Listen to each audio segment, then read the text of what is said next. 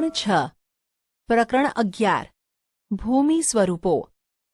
પૃથ્વીના પોપડાની અંદર સમયાંતરે હલનચલન થતું હોય છે. તે જમીનના સ્વરૂપો રચે છે અને બદલે છે.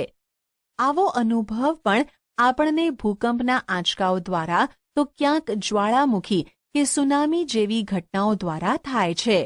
આ હલનચલનથી ક્યાંક પર્વત, ઉચ્ચ પ્રદેશ અને ફાટ ખીણની રચના થાય છે. તે ઉપરાંત નદી, હિમનદી, પવન, સમુદ્રના મોજા જોવા કુદરતી બળોના લીધે ધોવાણ અને નિક્ષેપણ ક્રિયા દ્વારા કાંપના મેદાનો, ખીણો અને કોતરોની રચના થાય છે. પૃથ્વી સપાટીનો અમુક ભાગ ચોક્કસ ઊંચાઈ, ઢોળાવ અને આકાર પ્રાપ્ત કરે ત્યારે તેને ભૂમિ સ્વરૂપ કહેવામાં આવે છે. ભૂમિ સ્વરૂપના મુખ્ય પ્રકાર. પ્રદેશની ઊંચાઈ પ્રમાણે જમીન ભાગોને પર્વત, ઉચ્ચ પ્રદેશ, મેદાન વગેરે નામથી ઓળખવામાં આવે છે. 1. પર્વત, માઉન્ટેન. સમુદ્ર સપાટીથી લગભગ 900 મીટરથી વધુ ઊંચાઈ ધરાવતા તેમજ ઓછા કે તીવ્ર ઢોળાવ અને સાંકડા શિખરો ધરાવતા વિસ્તારને પર્વત કહે છે. પૃથ્વીના પેટાળમાં ભૂકંપ અને જ્વાળામુખી જેવા કુદરતી ભૌતિક બળોની ક્રિયા, પ્રતિક્રિયા અને આંતરક્રિયાથી પર્વતો બને છે. પર્વતોના ઉદ્ભવ અને વિકાસમાં એકથી વધુ ક્રિયાઓ અને બળોની અસર જોવા મળે છે. તેથી પર્વતો તેના વિવિધ પાસાઓના સંદર્ભમાં એકબીજાથી અલગ જોવા મળે છે. પૃથ્વી સપાટીના આશરે 26% વિસ્તારમાં પર્વતો આવેલા છે. પર્વતોનું વર્ગીકરણ. નિર્માણ ક્રિયાના આધારે પર્વતોને 4 વિભાગમાં વહેંચવામાં આવે છે. 1. ગેડ પર્વત. 2. ખંડ પર્વત. 3. જ્વાળામુખી પર્વત. 4. અવશિષ્ટ પર્વત. 1. ગેડ પર્વત, ફોલ્ડ માઉન્ટેન. મોટે ભાગે સમુદ્ર તળિયાના પ્રદેશો કે જળાશયોના તળિયે એકત્ર થયેલા નિક્ષેપમાં બંને બાજુએથી દબાણ આવતા કરચલીઓ કે ગેડ પડે છે. તેના ઉર્ધ્વ વળાંકને આપણે શિખર તરીકે અને અધો વળાંકને ખીણ કે તળેટી સ્વરૂપે જોઈ શકાય છે. એશિયામાં હિમાલય, યુરોપમાં આલ્પ્સ, ઉત્તર અમેરિકામાં રોકીઝ અને દક્ષિણ અમેરિકામાં એન્ડીઝ દુનિયાના મુખ્ય ગેડ પર્વત છે. 2. ખંડ પર્વત, બ્લોક માઉન્ટેન. ભૂગર્ભિક બળોને લીધે 2 ભૂમિ સ્તરો પર ખેંચાણ બળ લાગે છે ત્યારે તેમાં તિરાડ કે ફાટ પડે છે. આથી આજુબાજુનો ભાગ બેસી જાય, વચ્ચેનો ભાગ સ્થિર રહે તો તે ખંડ પર્વત અને નીચે બેસી જતા ભાગમાં ફાટ ખીણ રચાય છે. જર્મનીનો હોર્સ્ટ પર્વત તેનું શ્રેષ્ઠ ઉદાહરણ હોવાથી આવા પર્વતને હોર્સ્ટ પર્વત પણ કહેવામાં આવે છે. ભારતમાં આવેલા નીલગિરી, સાતપુડા, વિંધ્યાચલ પર્વત ખંડ પર્વતના ઉદાહરણો છે. 3. જ્વાળામુખી પર્વત, વોલ્કેનિક માઉન્ટેન. જ્વાળામુખી ફાટતા પ્રસ્ફોટનથી બહાર ફેંકાતા પદાર્થો શંકુ આકારે જમા થતાં તે જ્વાળામુખી પર્વત બને છે. ઇટાલીનો વિસુવિયસ, ઇક્વિડોરનો કોટોપ્સી, જાપાનનો ફ્યુજીયામા અને ભારતનો બેરન, અંદમાન, પાવાગઢ અને ગિરનાર જ્વાળામુખી પર્વતના ઉદાહરણો છે. 4. અવશિષ્ટ પર્વત, રેસિડ્યુઅલ માઉન્ટેન. ઘસારાના કુદરતી બળો સામે ટકી રહેતા શેષ ભાગોમાંથી અવશિષ્ટ પર્વત બને છે. હજારો વર્ષથી પોચા ખડકો ઘસાઈને વહી જાય છે તથા નક્કર ખડકમાંથી બનેલ ભૂમિ ભાગ ઊંચા ભૂમિખંડ તરીકે ટકી રહે છે. તેને જ અવશિષ્ટ પર્વત કહે છે. ભારતમાં અરવલ્લી, નીલગિરી, પારસનાથ, રાજમહલ તથા પૂર્વ ઘાટ અવશિષ્ટ પર્વતના ઉદાહરણો છે. પર્વતોનું મહત્વ. પર્વતો દેશ કે પ્રદેશની સીમા સરહદ અને કુદરતી દિવાલ સમાન છે અને ઠંડા પવનથી રક્ષણ કરે છે. તો ભેજવાળા પવનો રોકીને વધારે વરસાદ આપે છે. પર્વતો નદીઓના ઉદ્ગમ સ્થાન છે. તેમાંથી નીકળતી નદીઓ દ્વારા ફળદ્રુપ મેદાનોનું નિર્માણ થાય છે. વધુ વરસાદવાળા ઊંચા હિમછાદિત પ્રદેશમાંથી બારેમાસ વહેતી નદીઓ જળ ભંડારનું કામ કરે છે. જળ વિદ્યુત ઉત્પન્ન કરવા માટે તે જરૂરી છે.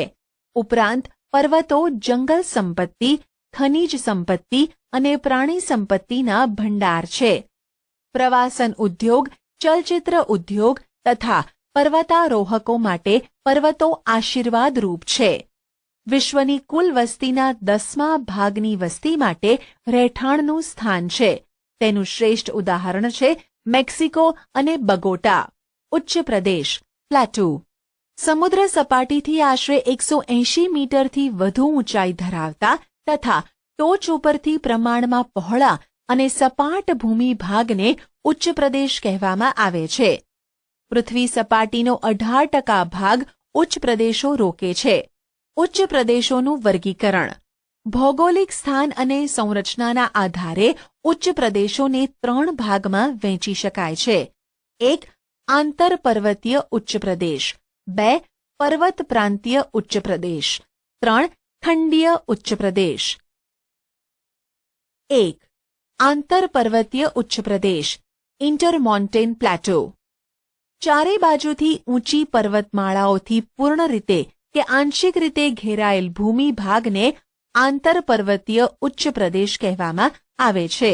તિબેટનો ઉચ્ચ પ્રદેશ અને મોંગોલિયાનો ઉચ્ચ પ્રદેશ જેના ઉદાહરણો છે. 2. પર્વત પ્રાંતીય ઉચ્ચ પ્રદેશ, પિડમોન્ટ પ્લેટો.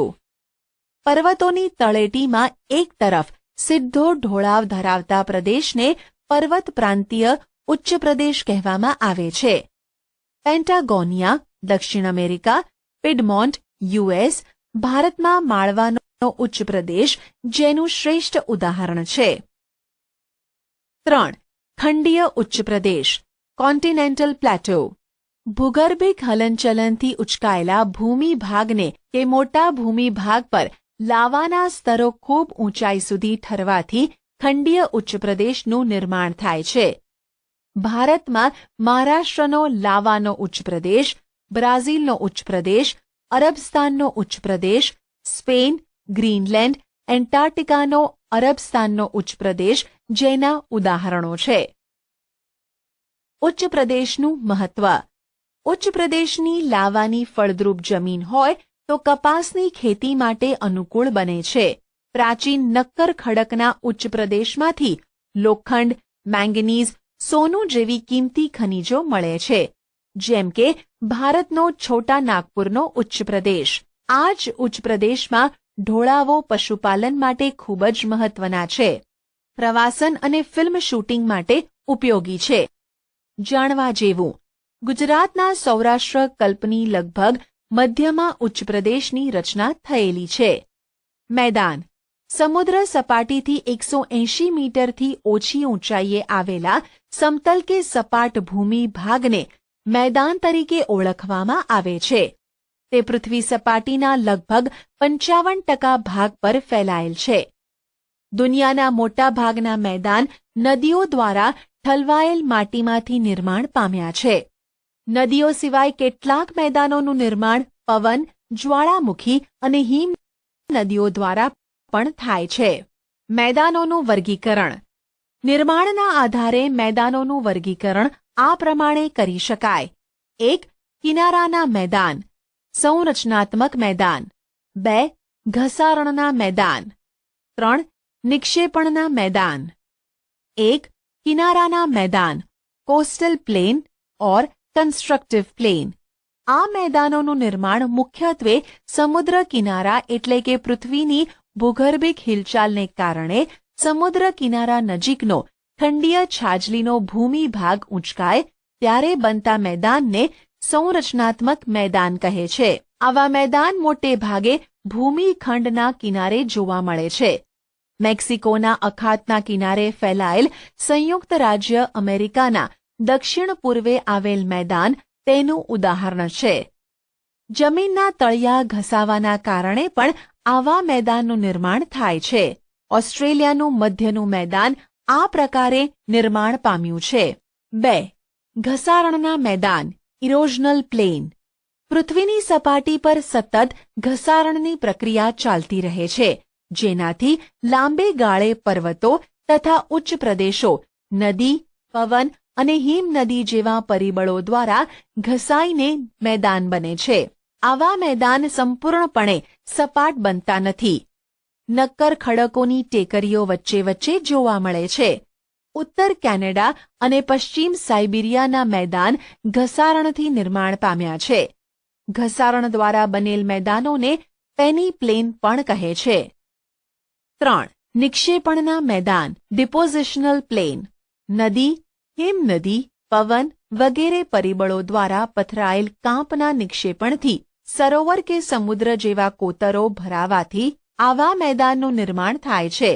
તેથી તેને નદીકૃત કે કાંપના મેદાન પણ કહેવામાં આવે છે. ભારતમાં ગંગા યમુનાના મેદાન, ઉત્તર ચીનમાં હવાંગહોનું મેદાન, ઇટાલીમાં હો નદી દ્વારા બનેલ લોમ્બાર્ડીનું મેદાન કાંપના મેદાનના વિશિષ્ટ દ્રષ્ટાંત છે. જ્યારે મેદાનોનું નિર્માણ સરોવરમાં કાંપના નિક્ષેપણથી થાય છે ત્યારે તેને સરોવરના મેદાન કહે છે. કાશ્મીરની ખીણો ભારતમાં સરોવરના મેદાનનું ઉદાહરણ છે. મેદાનોનું મહત્વ. માનવ વસાહતો અને વ્યાપાર વાણિજ્યના સ્થાનો ફળદ્રુપ મેદાનોમાં સ્થપાય છે. સપાટ મેદાન સડક માર્ગ અને રેલ માર્ગ માટે ઉપયોગી પુરવાર થયા છે. ગીચ વસ્તી ધરાવતા શહેરો મેદાનોમાં આવેલા છે. ફળદ્રુપ જમીન ખેત ઉત્પાદન માટે વધુ ઉપયોગી છે. ખેત પેદાશો ઉદ્યોગો માટે કાચો માલ પૂરો પાડે છે. ઉપસાગર. 2.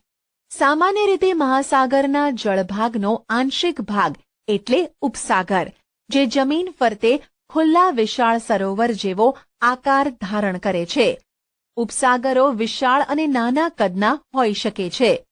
ભારતમાં બંગાળનો ઉપસાગર તેનું શ્રેષ્ઠ ઉદાહરણ છે.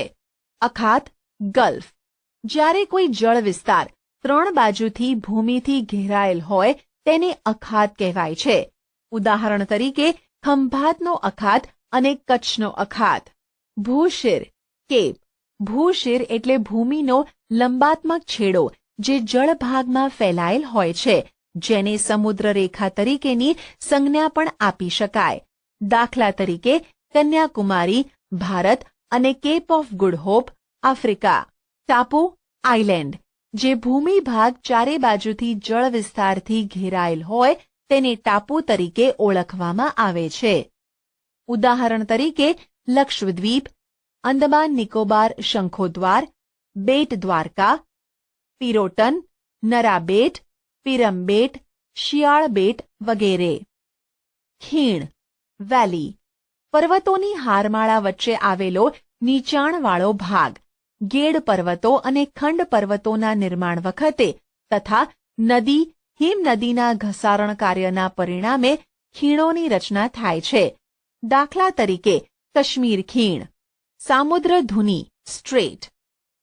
2 જળ વિસ્તારોને જોડતી સાંકડી જળપટ્ટીને સામુદ્ર ધુની કહે છે. ઉદાહરણ પાલ્કની સામુદ્ર ધુની ભારત અને શ્રીલંકા વચ્ચે. સંયોગી ભૂમિ, ઇસ્થમસ. 2 જળ વિસ્તારોને અલગ કરતી સાંકડી ભૂમિ પટ્ટીને સંયોગી ભૂમિ કહે છે. ઉદાહરણ પનામા ઉત્તર અને દક્ષિણ અમેરિકા ખંડ વચ્ચે. આશા છે કે તમને આ ઈ લર્નિંગ મોડ્યુલમાં મજા આવી હશે. આભાર.